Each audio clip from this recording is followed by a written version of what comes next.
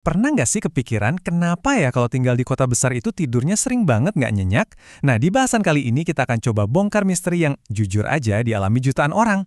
Dan ternyata, jawabannya itu ada di depan mata kita loh, tersembunyi dalam sesuatu yang kita lihat setiap hari. Kita akan ikuti jejak bukti-bukti ilmiahnya untuk menemukan siapa sih biang keroknya. Oke, pertama-tama kita lihat dulu seberapa besar sebenarnya masalah ini. Jadi, masalahnya tuh ya, ini, susah tidur, sering kebangun tengah malam, pas mau tidur lagi, malah nggak bisa. Hasilnya, waktu tidur jadi lebih pendek. Kalau Anda merasa begini dan tinggal di kota, Anda nggak sendirian. Penelitian di banyak kota, dari Belgrade sampai Finlandia, nunjukin hal yang sama persis. Orang yang tinggal di dekat jalan raya yang bising, kualitas tidurnya jauh lebih buruk. Ini bukan cuma perasaan, ini data. Nah, tersangka utamanya jelas ya, kebisingan. Tapi ceritanya nggak sesederhana itu. Buktinya ternyata jauh lebih spesifik dari yang kita duga. Untuk menginvestigasi kasus ini, para ilmuwan punya alat ukur namanya LeQ.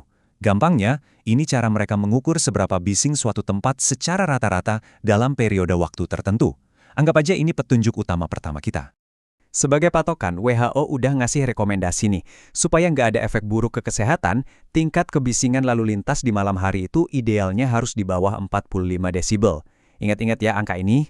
Oke, sekarang lihat datanya. Ini dia yang bikin kaget. Kalau kebisingan malam hari masih di bawah 45 desibel, risikonya standar. Tapi begitu naik, dan puncaknya, kalau udah di atas 65 desibel, risiko insomnia melonjak sampai 3 kali lipat. 3 kali loh. Ini bukan main-main. Tapi, tunggu dulu. Ternyata bukan cuma soal seberapa keras suaranya secara rata-rata. Ada plot twist-nya. Yang paling jahat merusak tidur kita itu adalah suara yang tiba-tiba kencang. Kebayangkan, lagi enak-enak tidur, tiba-tiba ada suara knalpot motor yang brem-brem-brem lewat. Nah, lonjakan suara mendadak kayak gitu yang bikin kita langsung kebangun.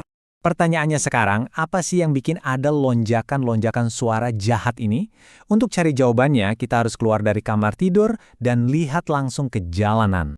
Dan ternyata, pelakunya bukan sekedar ada mobil lewat. Bukan, pelakunya adalah cara kita mendesain jalanan itu sendiri.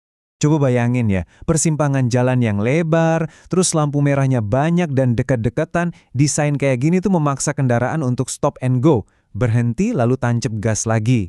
Nah, suara mesin pas lagi akselerasi atau ngerem mendadak, itulah yang menghasilkan lonjakan kebisingan paling parah. Ironisnya, ini semua fitur desain yang super umum di kota-kota besar. Sekarang, mari kita rangkai semua petunjuk ini. Kita lihat di mana ceritanya dari desain di atas kertas bisa sampai mengganggu kerja otak kita pas tidur. Jadi alurnya jelas banget kan? Dimulai dari desain jalan yang salah, yang kemudian menciptakan pola lalu lintas stop and go. Pola ini menghasilkan lonjakan suara yang bikin kaget, yang akhirnya mengganggu tidur kita.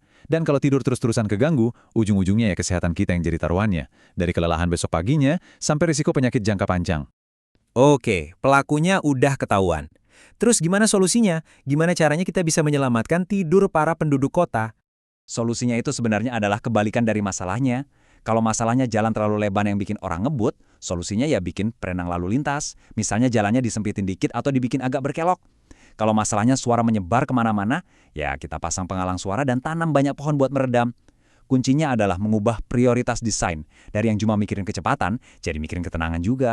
Dan ini semua bukan cuma teori loh, ada banyak banget solusi rekayasa yang konkret, mulai dari memasang dinding peredam suara, pakai aspal yang lebih senyap, sampai yang paling penting, memasukkan peta kebisingan dalam setiap perencanaan kota. Jadi sebelum bangun apa-apa, udah dipikirin dulu dampaknya ke telinga warga.